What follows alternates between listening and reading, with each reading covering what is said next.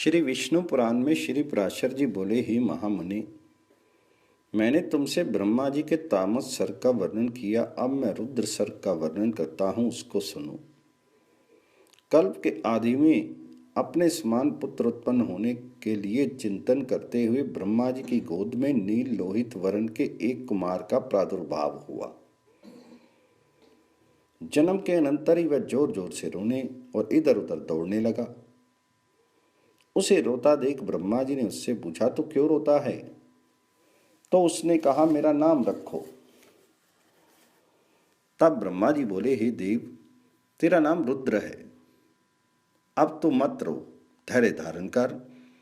ऐसा कहने पर भी वह 7 बार और रोया।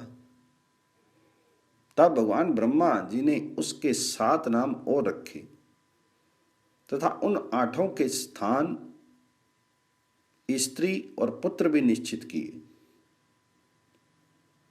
प्रजापति ने उसे भव, शर्व, ईशान, पशुपति, भीम, उग्र और महादेव कहकर संबोधन किया। यही उसके नाम रखे और इसके स्थान भी निश्चित किए। सूर्य, जल, पृथ्वी, वायु, अग्नि, आकाश, यज्ञ में दीक्षित ब्राह्मण और चंद्रमा, ये क्रमशः उनकी मूर्तियां हैं। रुद्र आदि नामों के साथ उन सूर्य आदि मूर्तियों की क्रमशः सुवर्चला, उषा, विकेशी, अपरा, शिवा, स्वाहा, दिशा, दीक्षा और रोहिणी, ये पत्नियां हैं। हे महाभाग, अब उनके पुत्रों के नाम सुनो। उन्हीं के पुत्र पौत्र आदिकों से ये संपूर्ण जगत परिपूर्ण है।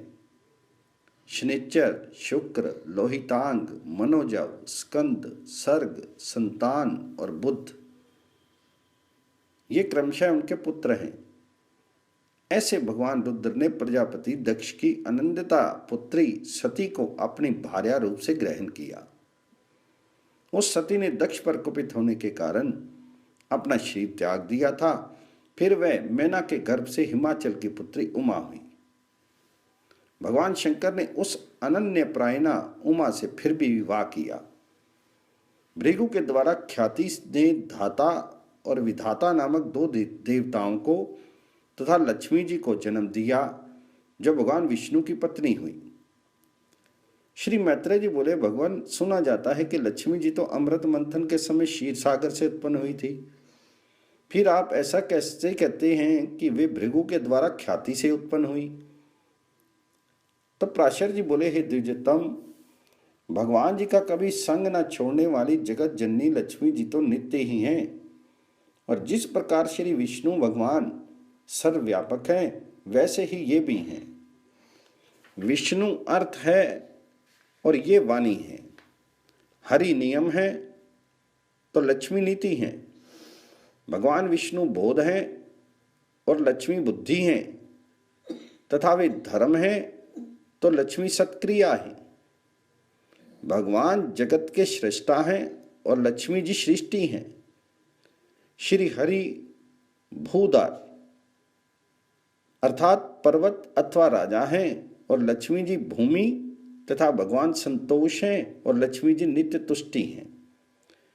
भगवान काम हैं और लक्ष्मी जी इच्छा हैं। भगवान जी यज्ञ हैं और लक्ष्मी दक्षिणा हैं। श्री जनार्दन पुरोडाश हैं और देवी लक्ष्मी जी आज्य आहुति, घृत की आहुति हैं। हे मुनि, मधुसूदन यजमान ग्रह हैं और लक्ष्मी जी पत्नीशाला हैं। श्री हरि यूप हैं और लक्ष्मी जी चिति हैं। भगवान कुशा हैं और लक्ष्मी जी ईदमा हैं। भगवान साम स्वरूप हैं और श्री कमला देवी उद्गीति है। जगतपति भगवान वासुदेव हुताशन हैं और लक्ष्मी जी स्वाहा हैं। भगवान विष्णु शंकर हैं और श्री लक्ष्मी जी गौरी हैं। श्री केशव सूर्य हैं और कमल वासनी श्री लक्ष्मी जी उनकी प्रभा हैं। श्री विष्णु पितृगण हैं और श्री कमला नित्य पुष्टदायिनी स्वधा है। विष्णु अति विस्तीर्ण सर्वात्मक अवकाश हैं और लक्ष्मी जी स्वर्गलोक हैं। भगवान श्रीधर चंद्रमा हैं और श्री लक्ष्मी जी उनकी अक्षय कांति हैं। हरि सर्वगामी वायु हैं और लक्ष्मी जी जगत की गति और धृति अर्थात आधार हैं। श्री गोविंद समुद्र हैं और लक्ष्मी जी उनकी तरंग हैं। भगवान मधुसूदन देवराज इंद्र हैं और लक्ष्मी जी इंद्राणी हैं। चक्रपाणी भगवान यम हैं और श्री कमला यम पत्नी धूमौर्ना है। देवादिदेव श्री विष्णु कुबेर हैं और श्री लक्ष्मी जी साक्षात रिद्धि हैं। श्री केशव स्वयं वरुण हैं और श्री महाभागा लक्ष्मी जी गौरी हैं। श्री हरि देव सेनापति स्वामी कार्तिकेय हैं और श्री लक्ष्मी जी देव सेना हैं। भगवान गदाधर आश्रय हैं और लक्ष्मी जी शक्ति हैं। भगवान निमेश हैं और लक्ष्मी जी काष्ठा हैं। भगवान जी मुहूर्त हैं और लक्ष्मी जी कला हैं। सर्वेश्वर सर्वरूप श्री हरि दीपक हैं और श्री लक्ष्मी जी ज्योति हैं। श्री विष्णु वृक्ष रूप हैं और जगन माता श्री लक्ष्मी जी लता हैं। चक्र गदाधार देव श्री विष्णु दिन हैं, लक्ष्मी जी रात्रि हैं। वरदायक श्री हरि वर हैं और पदम निवासिनी श्री लक्ष्मी जी वधू हैं। भगवान रुद्र हैं और श्री जी नदी हैं। भगवान नद हैं और श्री जी नदी हैं। कमल नयन भगवान ध्वजा हैं और कमलाल्या लक्ष्मी जी पताका हैं। जगदीश्वर परमात्मा नारायण लोभ हैं और लक्ष्मी जी तृष्णा हैं। रति और राग भी साक्षात श्री लक्ष्मी और गोविंद रूप ही हैं। अधिक क्या कहा जाए, संक्षेप में ये कहना चाहिए कि देव, तिर्यक और मनुष्य आदि में पुरुषवाची भगवान हरि हैं और स्त्रीवाची श्री लक्ष्मी जी, इनके परे और कोई नहीं है। तो श्री पराशर जी बोले, हे मैत्रेय, तुमने इस समय मुझसे जिसके विषय में पूछा है वह श्री संबंध श्री लक्ष्मी जी का इतिहास मैंने भी मरीचि ऋषि से सुना था, वह मैं तुम्हें सुनाता हूं, उसको सावधान होकर सुनो। एक बार शंकर जी के अंश अवतार श्री दुर्वासा जी पृथ्वी तल में विचर रहे थे। घूमते घूमते उन्होंने एक विद्याधरी के हाथों में संतानक पुष्पों की एक दिव्य माला देखी। उसकी गंध से सुवासित होकर वह वनवासियों के लिए अति सेवनीय हो रहा था। तब उन उन्मत्त वृत्ति वाले विप्रवर ने वह सुंदर माला देखकर उसे उस विद्याधर सुंदरी से मांगा। उसके मांगने पर उस बड़े बड़े नेत्रों वाली कृशांगी विद्याधरी ने उन्हें आदर पूर्वक प्रणाम करके वह माला दे दी। उन उन्मत्त वेशधारी विप्रवर ने उसे लेकर अपने मस्तक पर डाल दिया और पृथ्वी पर विचरने लगे। इसी समय उन्होंने उन्मत्त ऐरावत पर चढ़कर देवताओं के साथ आते हुए त्रिलोक के अधिपति शचीपति इंद्र को देखा। उन्हें देखकर मुनिवर दुर्वासा ने उन्मत्त के समान वह मत वाले भोरों से कुंजायमान माला अपने सिर से उतारकर देवराज इंद्र के ऊपर फेंक दी। देवराज ने उसे लेकर ऐरावत के मस्तक पर डाल दी। उससे मैं ऐसी शोभित हुई मानो कैलाश के शिखर पर श्री गंगा जी विराजमान हूं। उन्मत्त हाथी ने भी उनकी गंध से आकर्षित होकर उसे सूंड से सूंघकर पृथ्वी पर फेंक दिया। ये देखकर मुनि श्रेष्ठ भगवान दुर्वासा जी अति क्रोधित हुए और देवराज इंद्र से इस प्रकार बोले, अरे ऐश्वर्य के मद से दूषित चित इंद्र तो बड़ा ढीठ है। तूने मेरी दी हुई संपूर्ण शोभा की धाम माला को कुछ भी आदर नहीं दिया। अरे तूने ना तो प्रणाम करके बड़ी कृपा की ऐसा ही कहा और ना हर्ष से प्रसन्न वदन होकर उसे अपने सिर पर ही रखा। रे मूढ़, तूने मेरी दी हुई माला का कुछ भी मूल्य नहीं किया, इसलिए तेरा त्रिलोकी का वैभव नष्ट हो जाएगा। इंद्र, निश्चय ही तुम मुझे और ब्राह्मणों के समान ही समझता है, इसलिए तुझ अति मानी ने हमारा इस प्रकार अपमान किया है। अच्छा, तूने मेरी दी हुई माला को पृथ्वी पर फेंका है, इसलिए तेरा ये त्रिभुवन भी शीघ्र ही श्रीहीन हो जाएगा। हे देवराज, जिसके क्रुद्ध होने पर संपूर्ण चराचर जगत भयभीत हो जाता है, उस मेरा ही तूने अति गर्व से इस प्रकार अपमान कर दिया। तो पराशर जी बोले, तब तो इंद्र ने तुरंत ही ऐरावत हाथी से उतरकर निष्पाप मुनिवर दुर्वासा को अनुनय विनय करके प्रसन्न किया। तब उनके प्रणाम आदि करने से प्रसन्न होकर मुनि श्रेष्ठ दुर्वासा जी उससे इस प्रकार कहने लगे। दुर्वासा जी इंद्र से बोले, इंद्र, मैं कृपालुचित नहीं हूं, मेरे अंतःकरण में क्षमा को स्थान नहीं है। वे मुनिजन तो और ही हैं, तुम समझो मैं तो दुर्वासा हूं ना। गौतम आदि अन्य मुनिजनों ने व्यर्थ ही तुम्हें इतना मुंह लगा दिया है, पर याद रख, मुझ दुर्वासा का सर्वस्व तो क्षमा नहीं करना। दयामूर्ति विशिष्ट आदि के बढ़ बढ़कर स्तुति करने से तू इतना गर्वीला हो गया कि आज मेरा अपमान करने चला है। अरे, आज त्रिलोकी में ऐसा कौन है जो मेरे प्रज्वलित जटाकलाप और टेढ़ी भ्रकुटी को देखकर भयभीत ना हो जाए। हे शतक्रतो, तू बारंबार अनुनय विनय करने पर का ढोंग क्यों करना चाहता है? तेरे इस कहने सुनने से क्या होगा? मैं क्षमा नहीं कर सकता। पराशर जी बोले, हे ब्राह्मण, इस प्रकार कहकर वे विप्रवर वहां से चल दिए और इंद्र भी ऐरावत पर चढ़कर अमरावती को चले गए। तभी से इंद्र के सहित तीनों लोक वृक्ष लता आदि के क्षीण हो जाने से श्रीहीन और नष्ट भ्रष्ट होने लगे। तब से यज्ञ का होना बंद हो गया, तपस्वियों ने तप करना छोड़ दिया और लोगों ने दान आदि धर्मों में चित्त नहीं रहा। संपूर्ण लोक लोभ आदि के वशीभूत हो जाने से सत्य शून्य सामर्थ्यहीन हो गए और तुच्छ वस्तुओं के लिए भी लालायित रहने लगे।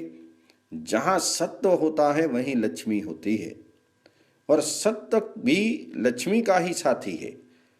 श्रीहीनों में भला सत्व कहाँ और बिना सत्व के गुण कैसे ठहर सकते हैं?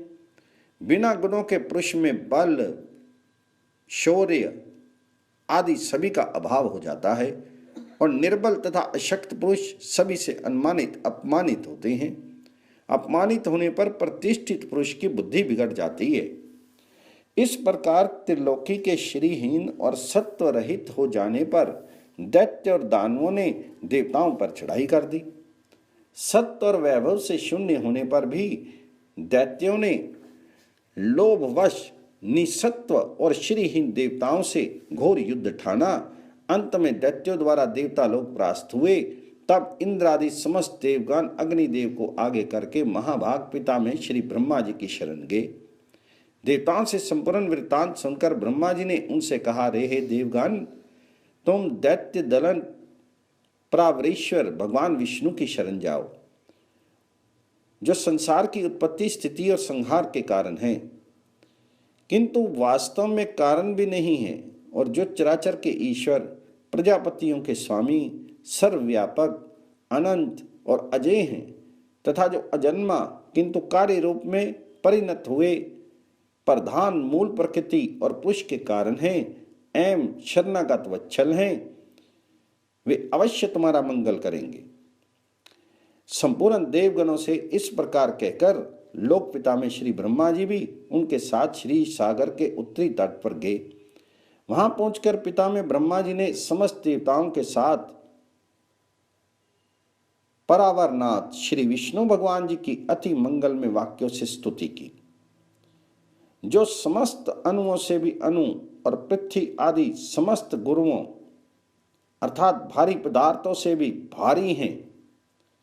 उन निखिल लोक विश्राम पृथ्वी के आधार स्वरूप अप्रकाश्य, अभेद्य, सर्वरूप, सर्वेश्वर, अनंत, अज और अव्यय नारायण को मैं नमस्कार करता हूं। मेरे सहित संपूर्ण जगत जिसमें स्थित है, जिससे उत्पन्न हुए हैं और जो देव सर्वभूत में हैं, तथा जो पर प्रधान आदि से भी पर हैं, जो पर पुरुष से भी पर हैं, मुक्ति लाभ के लिए मोक्षकामी मुनिजन जिनका ध्यान धरते हैं, तथा जिस ईश्वर में सत्वादि प्राकृतिक गुणों का श्रद्धा अभाव है, वह समस्त शुद्ध पदार्थों से भी परम शुद्ध परमात्म स्वरूप आदि पुरुष हम पर प्रसन्न हो। जिस शुद्ध स्वरूप भगवान जी की शक्ति, कला, काष्ठा और मुहूर्त आदि काल क्रम का विषय नहीं है, वे भगवान विष्णु हम पर प्रसन्न हो। जो शुद्ध स्वरूप होकर भी उपचार से परमेश्वर और जो समस्त देहधारियों के आत्मा हैं, वे श्री विष्णु भगवान हम पर प्रसन्न हो। जो कारण और कार्य रूप तथा कारण के भी कारण और कार्य के भी कार्य हैं, वे श्री हरि हम पर प्रसन्न हो। जो महतत्व के कार्य अहंकार का भी तन्मात्रा पंचक हैं, उनके कार्य भूत पंचक का भी कार्य ब्रह्मांड को स्वयं जो स्वयं हैं, और जो उनके कार्य ब्रह्मा दक्ष आदि का भी कार्य भूत अर्थात प्रजापतियों के पुत्र पौत्र आदि हैं, उसे हम प्रणाम करते हैं।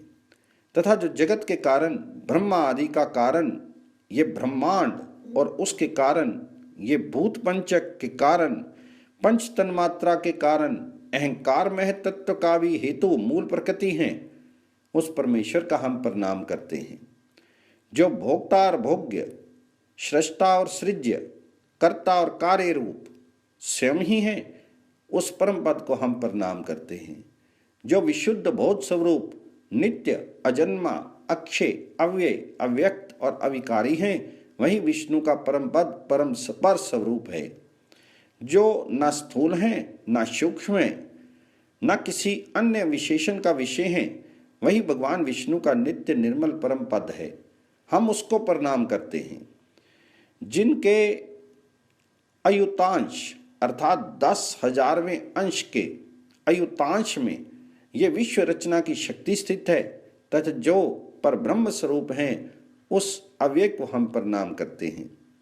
नित्य युक्त योगीजन अपने पुण्य पाप आदि का क्षय हो जाने पर ओमकार द्वारा चिंतनीय जिस अविनाशी पद का साक्षात्कार करते हैं, वही भगवान विष्णु का परम पद है, जिसको देवगण, मुनिगण, शंकर और मैं कोई भी नहीं जान सकते। वही परमेश्वर श्री विष्णु का परम पद है। जिस अभूतपूर्व देव की ब्रह्मा, विष्णु और शिव रूप शक्तियां हैं, वही भगवान विष्णु का परम पद है।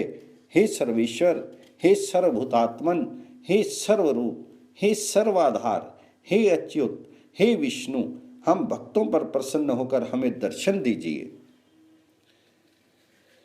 ब्रह्मा जी के इन उद्धारों को सुनकर देवगण भी प्रणाम करके बोले, प्रभु हम पर प्रसन्न होकर हमें दर्शन दीजिए। हे जगत काम सर्वगात अच्युत, जिसे ये भगवान ब्रह्मा जी भी नहीं जानते, आपके उस परम पद को हम प्रणाम करते हैं। तदनंतर ब्रह्मा और देवगणों के बोल चुकने पर बृहस्पति आदि समस्त देव ऋषिगण कहने लगे, जो परम स्तवनीय आद्य यज्ञ पुरुष हैं और पूर्वजों के भी पूर्व पुरुष हैं, उन जगत के रचयिता निर्विशेष परमात्मा को हम नमस्कार करते हैं। भूत भव्येश यज्ञ मूर्तिश्वर भगवान, हे अव्यय, हम सब शरणागतों पर आप प्रसन्न होइए और दर्शन दीजिए। हे नाथ, हमारे सहित ये ब्रह्मा जी, रुद्रों के सहित भगवान शंकर, 12 आदित्यों के सहित भगवान पूषा, अग्नियों के सहित पावक और ये दोनों अश्विनी कुमार, 8 वसु, समस्त मरुदगण, साध्यगण, विश्वदेव तथा देवराज इंद्र, ये सभी देवगण दैत्य सेना से पराजित होकर अति प्रणत होकर आपकी शरण में आए हैं। इस प्रकार स्तुति किए जाने पर शंख चक्र गदाधारी भगवान परमेश्वर उनके सम्मुख प्रकट हुए। तब उस शंख चक्र गदाधारी उत्कृष्ट तेजो राशि में अपूर्व दिव्य मूर्ति को देखकर पिता में आदि समस्त देवगण अति विनय पूर्वक प्रणाम करके शोभवश चकित नयन होकर उन कमल नयन भगवान जी की स्तुति करने लगे। देवगण बोले, हे प्रभु, आपको नमस्कार है, नमस्कार है। आप निर्विशेष हैं, तथापि आप ही ब्रह्मा हैं, आप ही शंकर हैं, तथा आप ही इंद्र, अग्नि, पवन, वरुण, सूर्य और यमराज हैं। हे देव, वसुगण, मरुदगण, साध्यगण और विश्व देवगण भी आप ही हैं, तथा आपके सम्मुख जो ये देव समुदाय है, हे जगत श्रेष्ठा, वह भी आप ही हैं, क्योंकि आप सर्वत्र परिपूर्ण हैं। आप ही यज्ञ हैं, आप ही वशटकार हैं, आप ही ओंकार हैं और आप ही प्रजापति हैं। हे सर्वात्मन, विद्या, वैद्य और संपूर्ण जगत आप ही का ही स्वरूप है। हे विष्णु, देवताओं से परास्त हुए हम आतुर होकर आपकी शरण में आए हैं। हे सर्वस्वरूप, आप हम पर प्रसन्न होइए और अपने तेज से हमें शक्त कर दीजिए। हे प्रभु, जब तक जीव संपूर्ण पापों को नष्ट करने वाले आपकी शरण में नहीं जाता, तभी तक उसमें दीनता, इच्छा, मोह और दुख आदि रहते हैं। हे प्रसन्नात्मन, हम शरणागतों पर आप प्रसन्न होइए और हे नाथ, अपनी शक्ति से हम सब देवताओं के खोए हुए तेज को फिर बनाइए। श्री पराशर जी बोले, विनीत देवताओं द्वारा इस प्रकार स्तुति किए जाने पर विश्वकर्ता भगवान श्री हरि प्रसन्न होकर इस प्रकार बोले, हे देवगण, मैं तुम्हारे तेज को फिर बढ़ाऊंगा। तुम इस समय मैं जो कहता हूं वह करो। तुम दैत्यों के साथ संपूर्ण औषधियां लाकर अमृत के लिए क्षीर सागर में डालो और मंदराचल को अपनी मथानी तथा वासुकी नाग को नेति बनाकर उसे दिव्य और दानवों के सहित मेरी सहायता से मत कर अमृत निकालो। तुम लोग साम नीति का अवलंबन करके देवताओं से कहो कि इस काम में सहायता करने से आप लोग भी इसके फल में समान फल पाएंगे। समुद्र के मथने पर उससे जो अमृत निकलेगा उसका पान करने से तुम सबल और अमर हो जाओगे। हे देवगण, तुम्हारे लिए मैं ऐसी युक्ति करूंगा जिससे तुम्हारे द्वेषी दैत्यों को अमृत नहीं मिल सकेगा और उनके हिस्से में केवल समुद्र मंथन का क्लेश ही आएगा। तब देवदेव भगवान विष्णु के ऐसा कहने पर सभी देवगण दैत्यों से संधि करके अमृत प्राप्ति के लिए यत्न करने लगे। देव, दानव और दैत्यों ने नाना प्रकार की औषधियां लाकर उन्हें शरद ऋतु के आकाश की सी निर्मल कांति वाले क्षीर सागर के जल में डाला और मंदराचल को मथानी तथा वासुकी नाग के नेति बनाकर बड़े वेग से अमृत मंथन आरंभ किया। भगवान जी ने जिस और वासुकी की पूछ थी उस और देवताओं को तथा जिस और मुख था उधर दैत्यों को नियुक्त कर दिया। महातेजस्वी वासुकी के मुख से निकलते हुए निश्वास अग्नि से झुलस कर सभी दैत्यगण निस्तेज हो गए और उसी श्वास वायु से विक्षिप्त हुए मेघों के पूछ की ओर बरसते रहने से देवताओं की शक्ति बढ़ती गई। भगवान स्वयं कोर रूप धारण करके क्षीर सागर में घूमते हुए मंदराचल के आधार हो गए और वे ही चक्र गदाधार भगवान अपने एक कन्या रूप से देवताओं में और एक रूप से दैत्यों में मिलकर नागराज को खींचने लगे। एक अन्य विशाल रूप से जो देवता और दैत्यों को दिखाई नहीं देता था, श्री केशव ने ऊपर से पर्वत को दबा रखा था। भगवान श्री हरि अपने तेज से नागराज वासुकी में बल का संचार करते थे और अपने अन्य तेज से वे देवताओं का बल बढ़ा रहे थे। इस प्रकार देवता और दानवों द्वारा क्षीर समुद्र के मथे जाने पर पहले यज्ञ सामग्री को आश्रय रूपा सुर पूजिता कामधेनु उत्पन्न हुई। उस समय देव और दानवगण अति आनंदित हुए और उसकी ओर चित्त खींच जाने से उनकी टकटकी बंध गई। फिर स्वर्गलोक में ये क्या है, ये क्या है, इस प्रकार चिंता करते हुए सिद्धों के समक्ष मद से घूमते हुए नेत्रों वाली वारणी देवी प्रकट हुई और पुनः मंथन करने पर उस क्षीर सागर से अपनी गंध से त्रिलोकी को सुगंधित करने वाला तथा सुर सुंदरियों का आनंदवर्धक कल्प वृक्ष उत्पन्न हुआ। तत्पश्चात क्षीर सागर से रूप और उदारता आदि गुणों से युक्त अति अद्भुत अप्सराएं प्रकट हुई। फिर चंद्रमा प्रकट हुआ जिसे महादेव जी ने ग्रहण कर लिया। इस प्रकार क्षीर सागर से उत्पन्न हुए विष को नागों ने ग्रहण कर लिया। फिर श्वेतवस्त्रधारी साक्षात भगवान धन्वंतरी जी अमृत से भरा कमंडल लेकर प्रकट हुए। उस समय मुनिगण के सहित समस्त दैत्य और दानवगण सचित होकर अति प्रसन्न हुए। इसके पश्चात विकसित कमल रूप विराजमान स्फुटक कांतिमयी श्री लक्ष्मी देवी हाथों में कमल पुष्प धारण किए क्षीर सागर से प्रकट हुई। उस समय महर्षिगण अति प्रसन्नता पूर्वक श्री सुक्त द्वारा उनकी स्तुति करने लगे तथा विश्वावसु आदि गंधर्व गण उनके सम्मुख गान और घृताची आदि अप्सराएं नृत्य करने लगी। उन्हें अपने जल से स्नान कराने के लिए गंगा आदि नदियां स्वयं उपस्थित हुई और दिग्गजों ने स्वर्ण कलशों से भरे हुए उनके निर्मल जल से सर्वलोक में ईश्वरी श्री लक्ष्मी देवी को स्नान कराया। क्षीर सागर ने मूर्तिमान होकर उन्हें विकसित कमल पुष्पों की माला दी तथा विश्वकर्मा ने उनके अंग प्रत्यंग में विविध आभूषण पहनाए। इस प्रकार दिव्य माला और वस्त्र धारण करके, दिव्य जल से स्नान करके, दिव्य आभूषणों से विभूषित होकर श्री लक्ष्मी जी संपूर्ण देवताओं के देखते देखते श्री विष्णु भगवान जी के वक्ष स्थल में विराजमान हुई। श्री हरि के वक्ष स्थल में विराजमान श्री लक्ष्मी जी का दर्शन करके देवताओं को अकस्मात अत्यंत प्रसन्नता हुई। लक्ष्मी जी से परित्यक्त होने के कारण भगवान विष्णु के विरोधी विपरचिति आदि दैत्यगण परम उद्विग्न हुए। तब उन महाबलवान दैत्यों ने श्री धन्वंतरी जी के हाथ से वह कमंडल छीन लिया जिसमें अति उत्तम अमृत भरा हुआ था। अतः स्त्री मोहिनी रूपधारी भगवान विष्णु ने अपनी माया से दानवों को मोहित करके उनसे वह कमंडल लेकर देवताओं को दे दिया। तब इंद्र आदि देवगण उस अमृत को पी गए।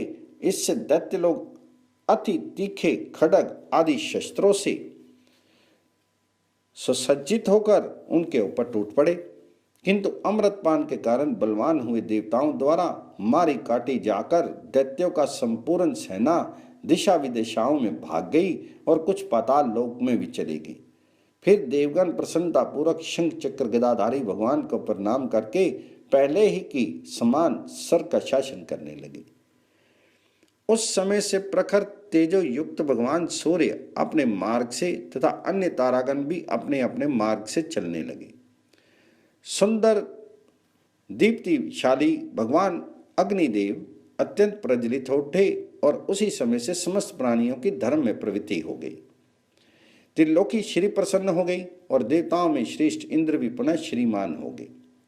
तदंतर इंद्र ने स्वर्गलोक में जाकर फिर से देव राज्य पर अधिकार पाया और राज्य सिंहासन पर आरूढ़ होकर पद्म हस्ता श्री लक्ष्मी जी की इस प्रकार स्तुति की।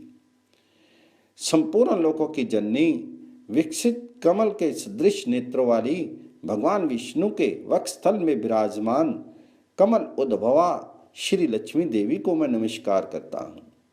कमल ही जिनका निवास स्थान है, कमल ही जिनके कर कमलों में शोभित है तथा कमल दल के समान ही जिनके नेत्र हैं, उन कमलमुखी कमलनाभ प्रिया श्री कमला देवी की मैं वंदना करता हूँ।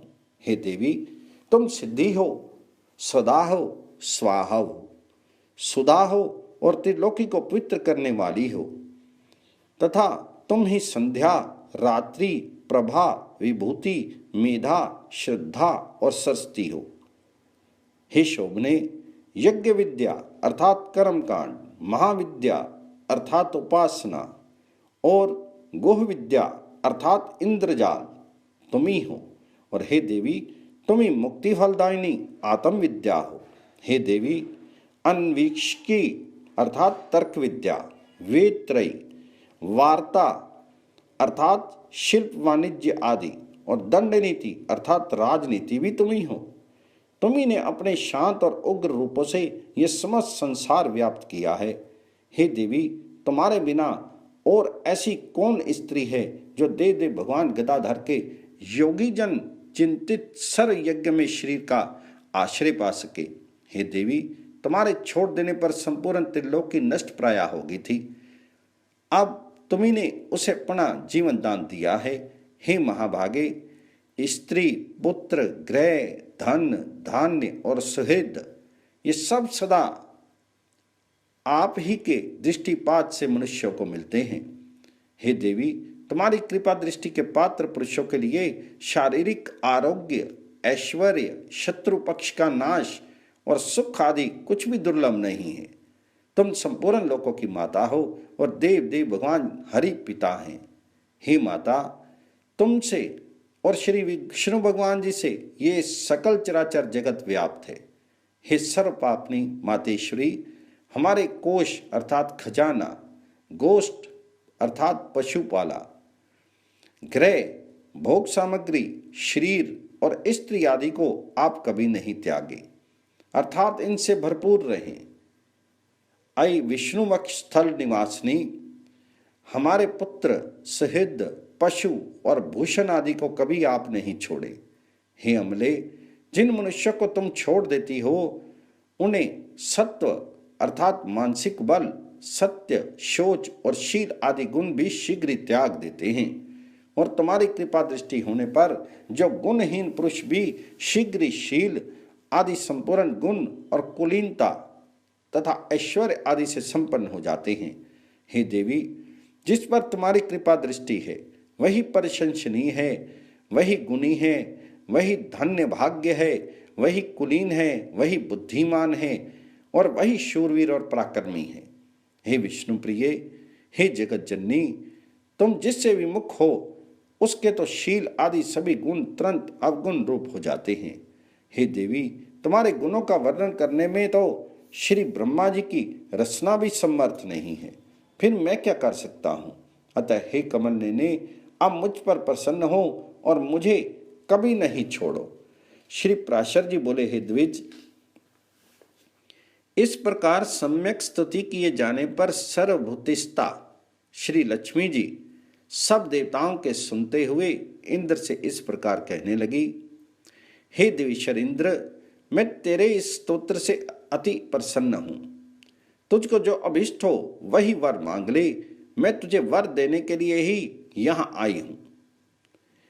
तो इंद्र बोले, हे देवी, यदि आप वर देना चाहती हैं और मैं भी यदि वर पाने योग्य हूं तो मुझको पहला वर तो यही दीजिए कि आप इस त्रिलोकी का कभी त्याग नहीं करें। और हे समुद्र संभवे, दूसरा वर मुझे यह दीजिए कि जो कोई आपकी इस स्तोत्र से स्तुति करे उसे आप कभी नहीं त्यागे। तो श्री लक्ष्मी जी बोली, हे देव श्रेष्ठ इंद्र, मैं अब इस त्रिलोकी को कभी नहीं छोड़ूंगी। तेरे स्तोत्र से प्रसन्न होकर मैं तुझे ये वर देती हूं तथा जो कोई मनुष्य प्रातःकाल और सायंकाल के समय इस स्तोत्र से मेरी स्तुति करेगा उससे भी मैं कभी विमुख नहीं होंगी। इस प्रकार पूर्व काल में महाभागा श्री लक्ष्मी जी ने देवराज की स्तोत्र रूप आराधना से संतुष्ट होकर उन्हें ये वर दिए। लक्ष्मी जी पहले भृगु जी के द्वारा ख्याति नामक स्त्री से उत्पन्न हुई थी, फिर अमृत मंथना के समय देव और दानवों के प्रयत्न से वे समुद्र से प्रकट हुई। इस प्रकार संसार के स्वामी देवादिदेव श्री विष्णु भगवान जब जब अवतार धारण करते हैं तभी लक्ष्मी जी उनके साथ रहती है। जब श्री हरि आदित्य रूप हुए तो वे पद्म से फिर उत्पन्न हुई और पद्मा कहलाई, तथा जब वे परशुराम हुए तो ये पृथ्वी हुई। श्री हरि के नाम होने पर ये सीता जी हुई और कृष्ण अवतार में श्री रुक्मिणी जी हुई। इसी प्रकार अन्य अवतारों में भी ये भगवान जी से कभी पृथक नहीं होती। भगवान जी के देव रूप होने पर ये दिव्य शरीर धारण करती है और मनुष्य होने पर मानवीय रूप से प्रकट होती है। विष्णु भगवान जी के शरीर के अनुरूप ही ये अपना शरीर ही भी बना लेती है।